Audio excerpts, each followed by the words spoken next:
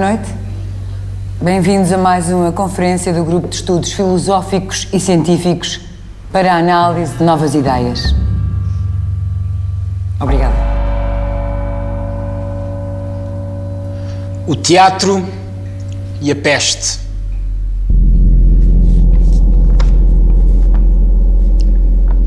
Os arquivos da pequena cidade de Cagliari, na Sardenha, contêm o relato de um sucesso histórico espantoso. Numa noite do fim de abril, ou do princípio de maio de 1720, cerca de 20 dias antes de chegar a Marselha, o navio Grand Saint-Antoine, cujo desembarque coincidiu com a mais maravilhosa explosão de peste que pôs a borbulhar as memórias da cidade, Saint-Rémy, vice-rei da Sardenha, com responsabilidades exíguas de monarca que talvez sensibilizassem os vírus mais perniciosos, teve um sonho particularmente aflitivo. Viu-se pestoso e viu a peste devastar o seu minúsculo estado. Sob a ação do flagelo, liquefazem-se os quadros da sociedade. A ordem sucumbe. Ele assiste a todas as derrotas da moral, a todas as derrocadas da psicologia, ouve em si o murmúrio dos seus humores dilacerados, em pleno desastre, e que em vertiginosa perda de matéria ficam pesados e pouco se transformam em carvão. Será então tarde demais para conjurar o flagelo? Mesmo destruído, mesmo aniquilado e organicamente pulverizado e queimado nas medulas, sabe que não se morre nos sonhos, que a verdade desempenha lá um papel até ao absurdo, até à negação do possível, até uma espécie de transmutação da mentira pela verdade que a partir dela se reconstrói. Acorda, vai mostrar-se capaz de afastar todos estes ruídos de peste que correm e estes miasmas de um vírus chegado do Oriente. O Grand Saint-Antoine, o navio que há um mês saiu de Beirute, pede passo e propõe um desembarque. Nessa altura é que ele dá a ordem louca, a ordem que o povo e toda a sua corte julgam delirante, absurda, imbecil e despótica.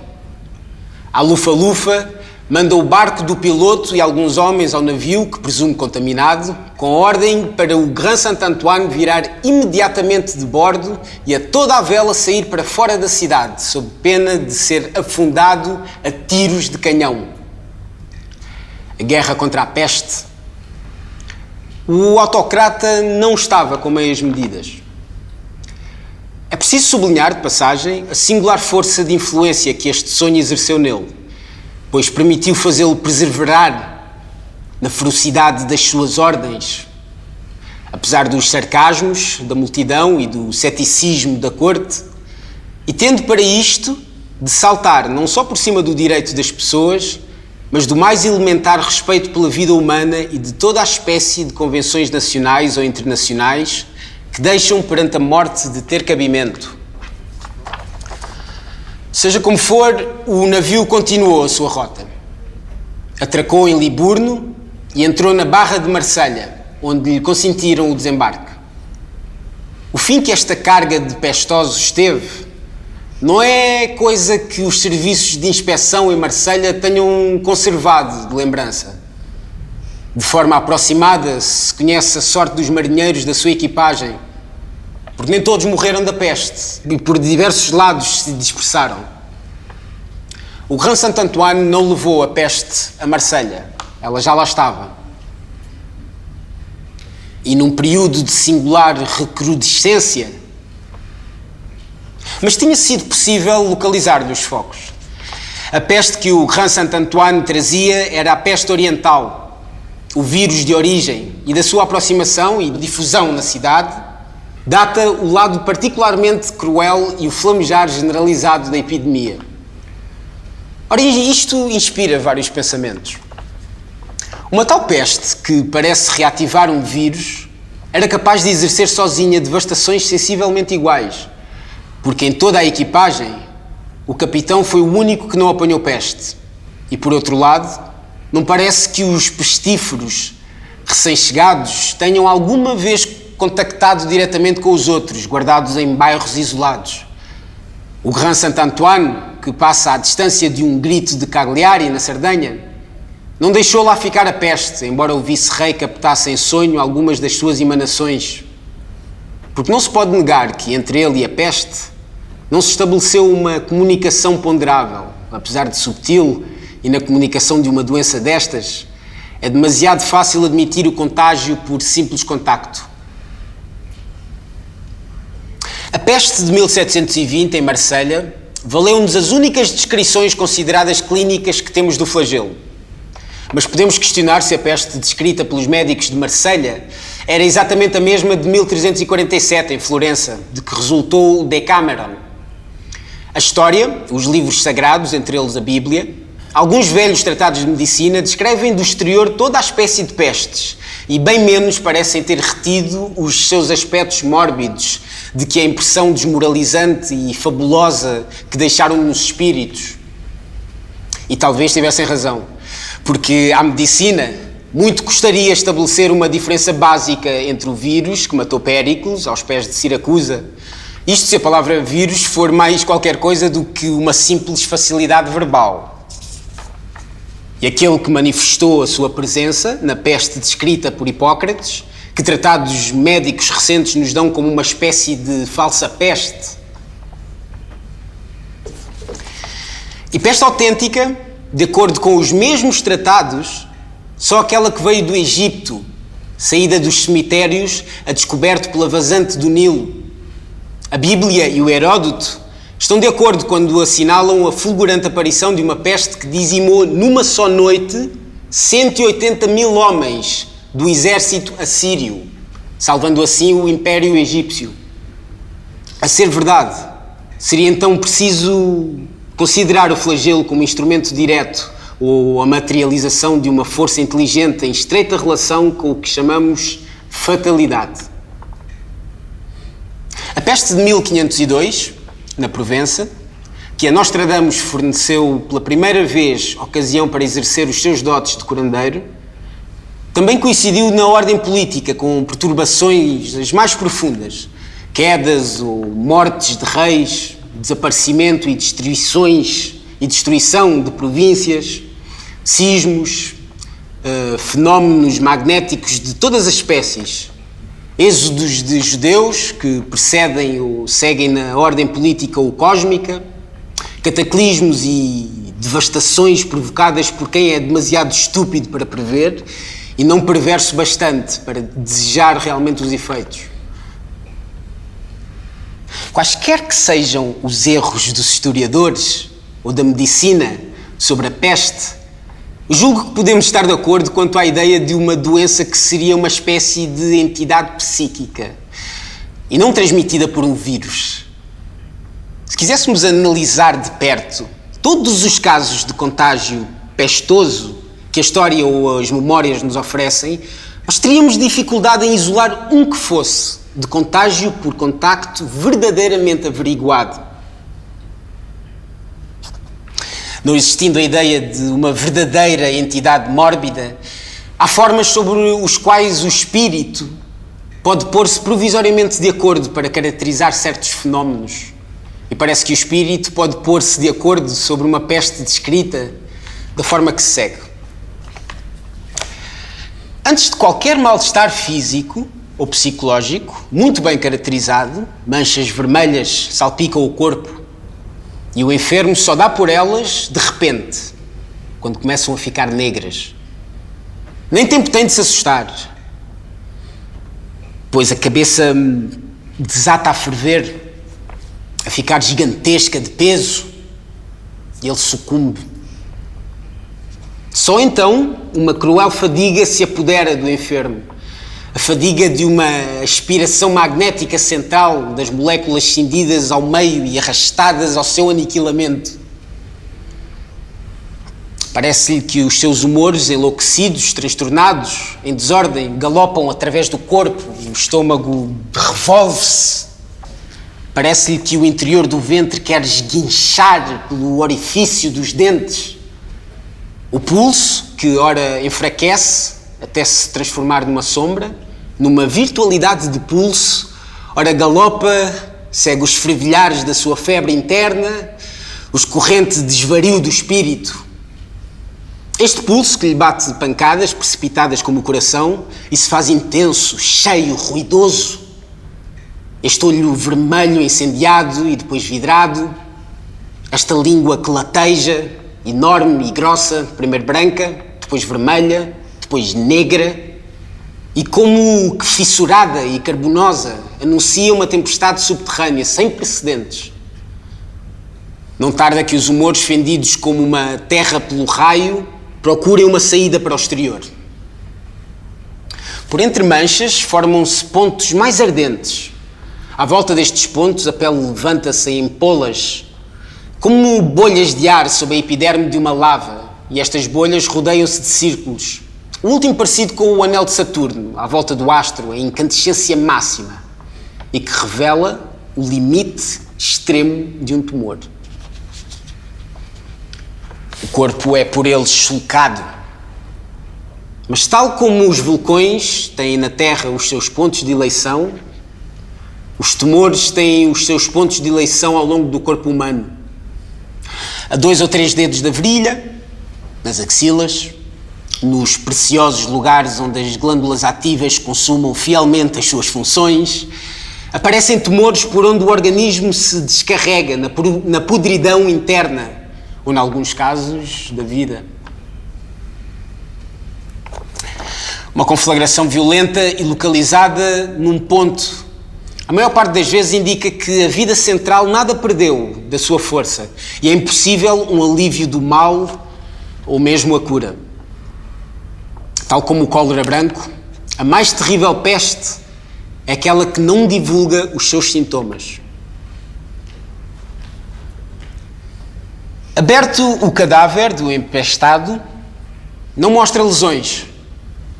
A vesícula biliar, encarregada de filtrar os resíduos engrossados e inerentes do organismo, está cheia, volumosa até rebentar de um líquido negro e pegajoso. Tão compacto que lembra uma matéria nova.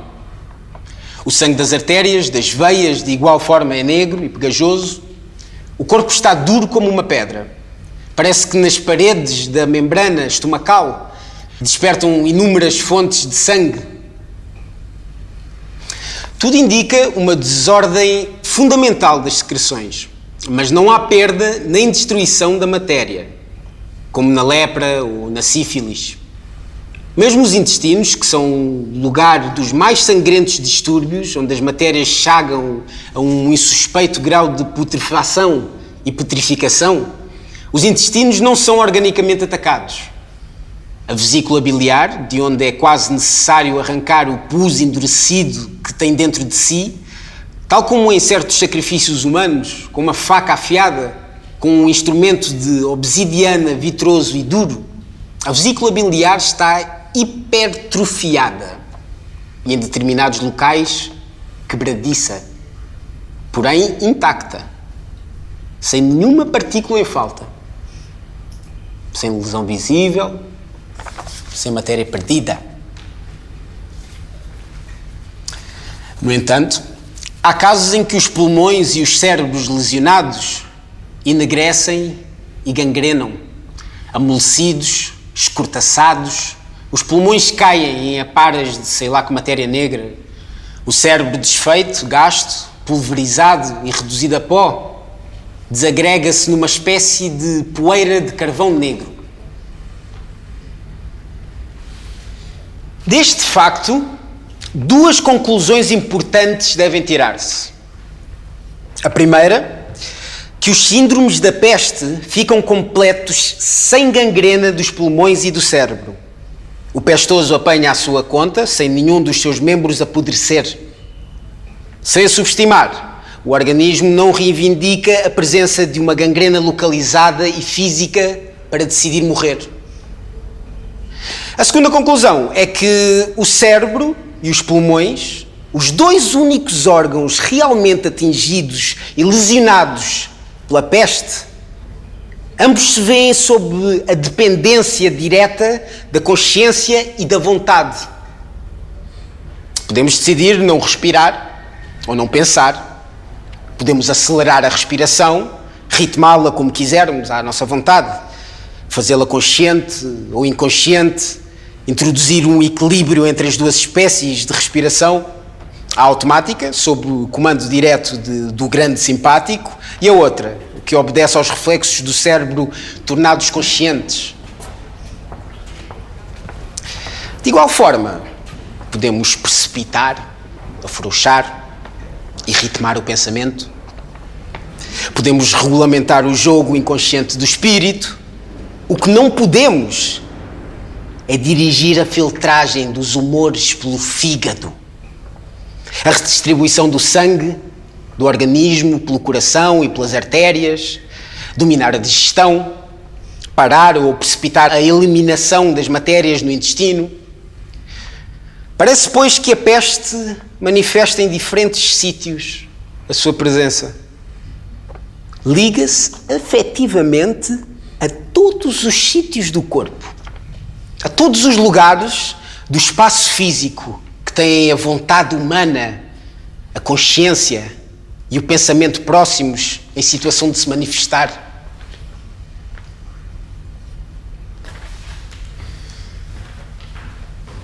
De tudo isto, ressalta a fisionomia espiritual de uma doença com leis que não pode ser cientificamente definida e com uma origem geográfica que seria idiota querer determinar, porque a peste do Egito não é a do Oriente, que não é de Hipócrates, que não é de Siracusa, que não é de Florença, a Negra, à qual a Europa medieval deve os seus 50 milhões de mortos.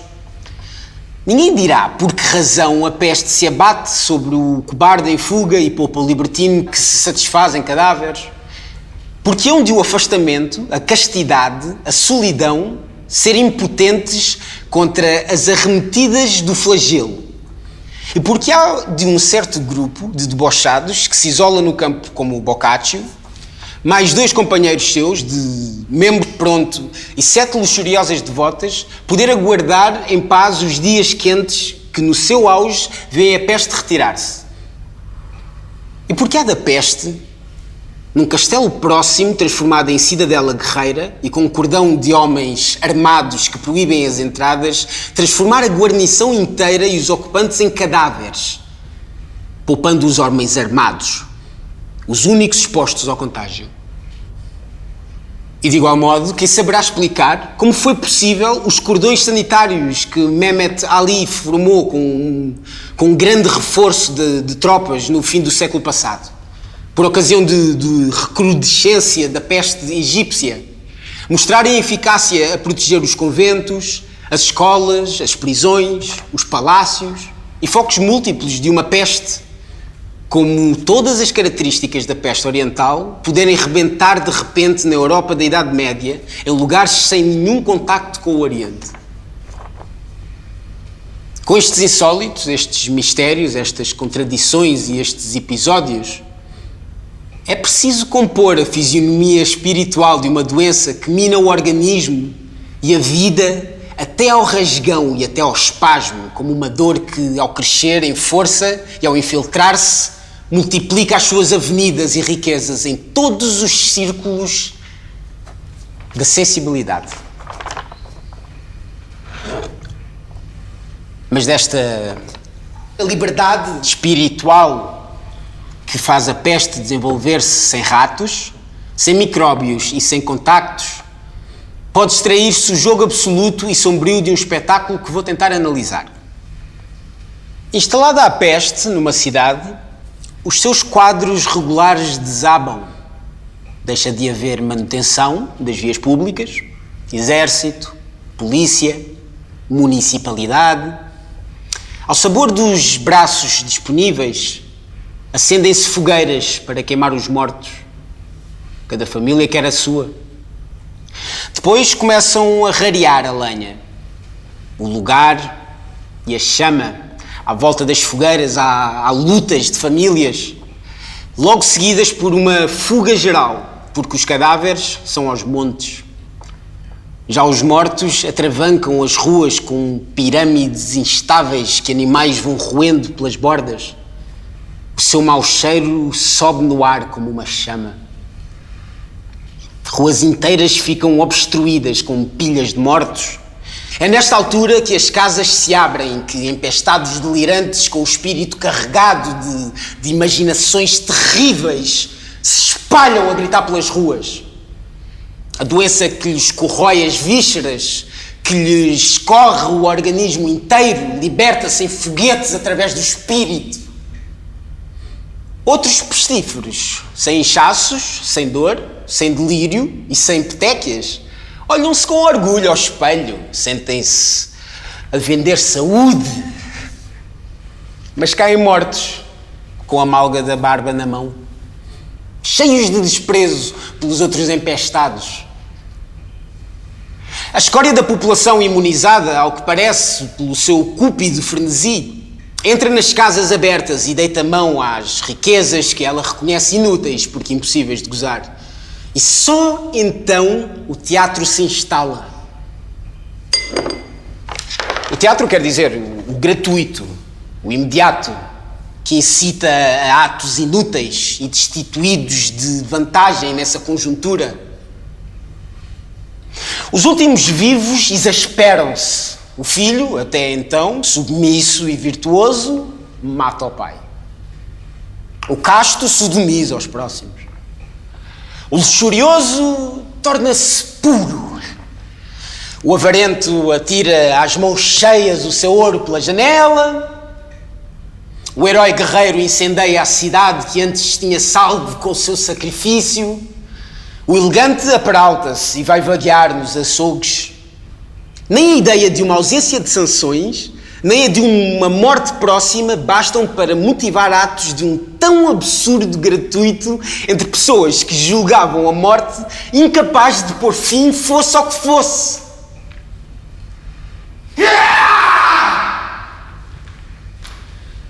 O estado do pestífero morre sem destruição da matéria, trazendo em si todos os estigmas de um mal absoluto e quase abstrato. É idêntico ao estado do ator, a quem os sentimentos sondam integralmente e perturbam sem vantagem essa realidade.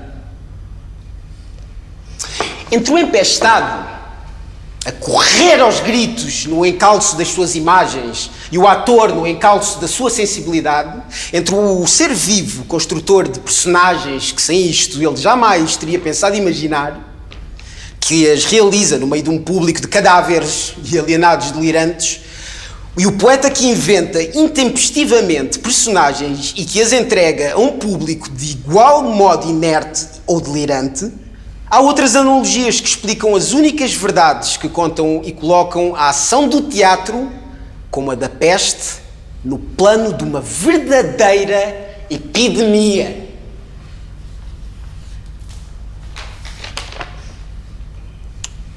Ali, onde as imagens da peste relacionadas com um poderoso estado de desorganização física são como os derradeiros foguetes de uma força espiritual que se esgota, as imagens da poesia no teatro são uma força espiritual que inicia a sua trajetória no sensível e dispensa a realidade. Uma vez lançado na sua fúria, o ator precisa infinitamente mais virtude para se impedir de cometer um crime que o assassino coragem para chegar a executar o seu. E é aqui que, na sua gratuitidade, a ação de um sentimento no teatro surge como qualquer coisa infinitamente mais válida que a de um sentimento idealizado.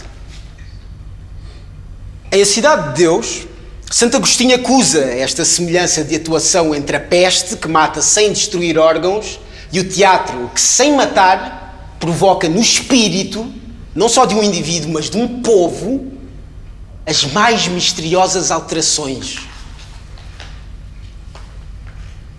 Se agora quisermos realmente admitir esta imagem espiritual da peste, teremos de considerar os humores perturbados do pestoso, como a face solidificada e material de uma desordem que, noutros planos, equivale aos conflitos, às lutas, aos cataclismos e às derrocadas que os acontecimentos nos trazem.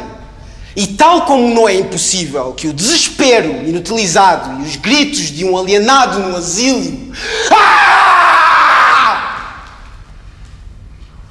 não sejam causa de peste.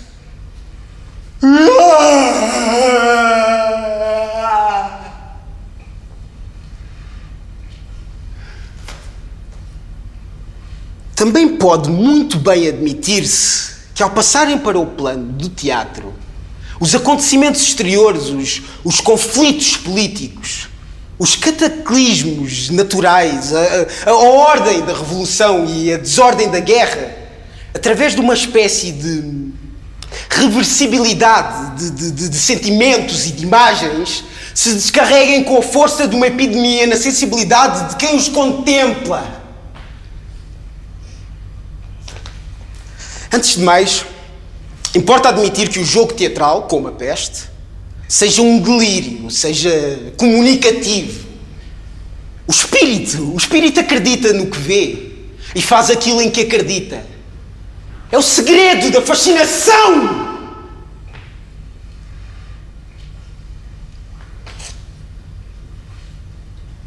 Porque se o teatro é como a peste, não é apenas por atuar sobre importantes coletividades e a perturbar num sentido idêntico. Há qualquer coisa no teatro como na peste, de simultaneamente vitorioso e vingador. Este incêndio espontâneo que a peste ateia onde passa não é mais do que uma liquidação imensa. Um desastre social tão completo, uma tamanha desordem orgânica, este extravasar de vícios, esta espécie de exorcismo total que comprime a alma e a põe fora de si, indicam a presença de um estado que é, de certa maneira, uma força extrema e onde se revelam todos os poderes da natureza no instante em que ela vai consumar qualquer coisa de essencial. A peste apodera-se de imagens que dormem. Uma desordem latente. E de repente empurra-as. Até os gestos mais extremos. E o teatro também. Também ele se apodera de gestos e os empurra até ficarem fora de si. Tal como a peste. Refaz a cadeia entre o que é e o que não é. Entre a virtualidade do possível e o que existe na natureza materializada.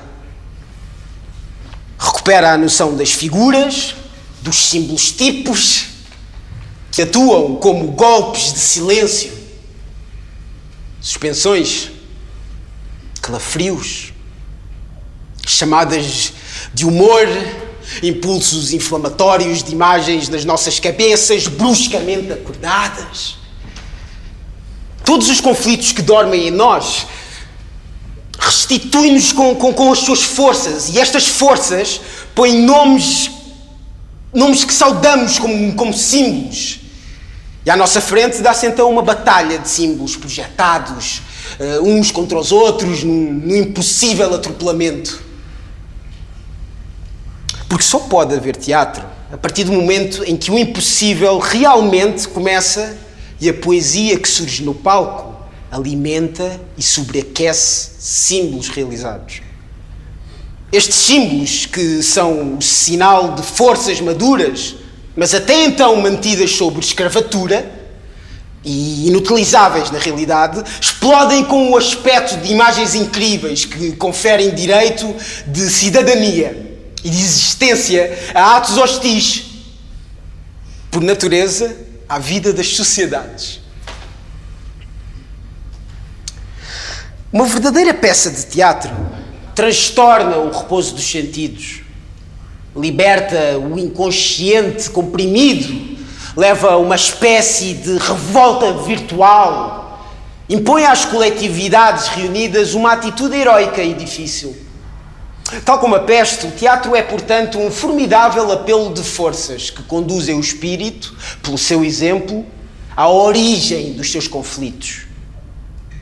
Se o teatro essencial é como a peste, não é por ser contagioso, mas porque é como a peste, a revelação, a exposição, a projeção de um fundo de crueldade latente através do qual se localizam num indivíduo ou num povo todas as possibilidades perversas do espírito.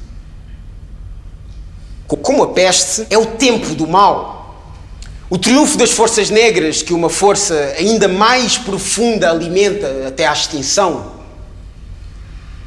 Há no teatro, como na peste, uma espécie de estranho sol, uma luz de intensidade anormal, onde parece que o difícil e até mesmo o impossível se tornam de repente no nosso elemento normal.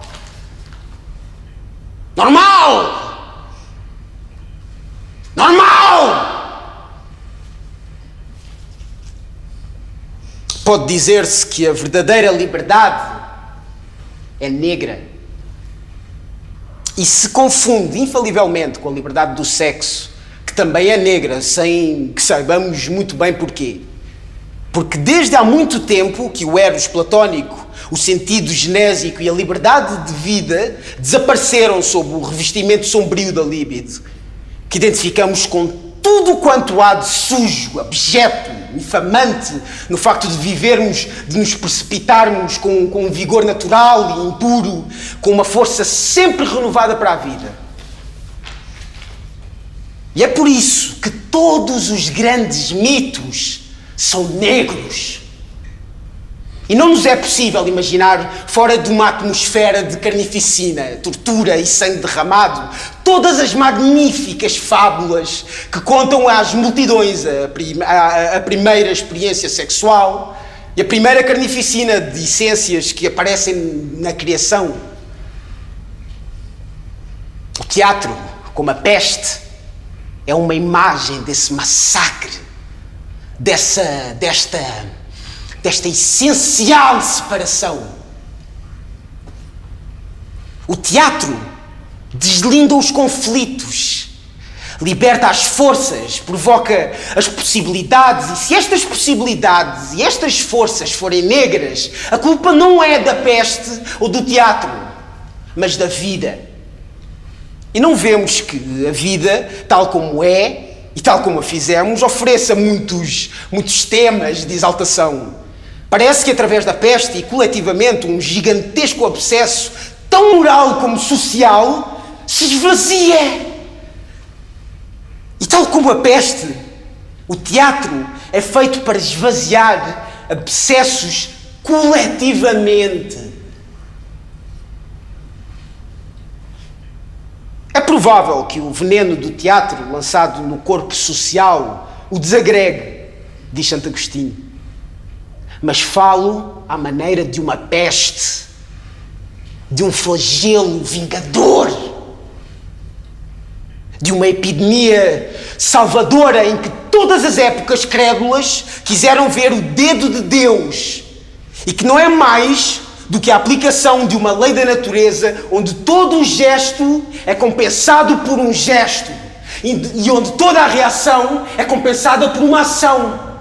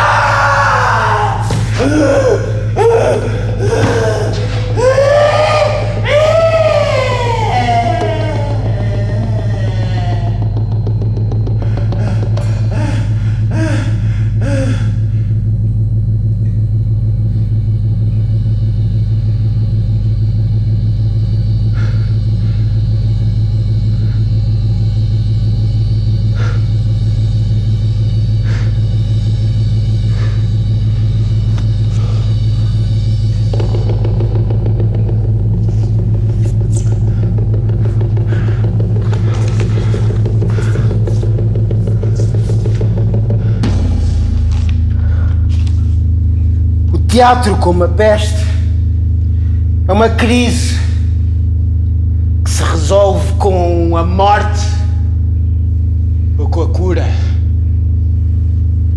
E a peste é um mal superior que é uma crise completa. E nada mais resta depois dela, a não ser a morte ou a extrema purificação. Da mesma forma, o teatro é um mal, porque o equilíbrio supremo, que não se atinge sem a destruição, convida o espírito a um delírio que se exalta as suas energias. E vemos, para terminar, que, do ponto de vista humano, a ação do teatro, como a da peste, é benéfica, levando os homens a verem-se como são. Faz cair a máscara, descobre a mentira, a frouxidão, a baixeza, a hipocrisia.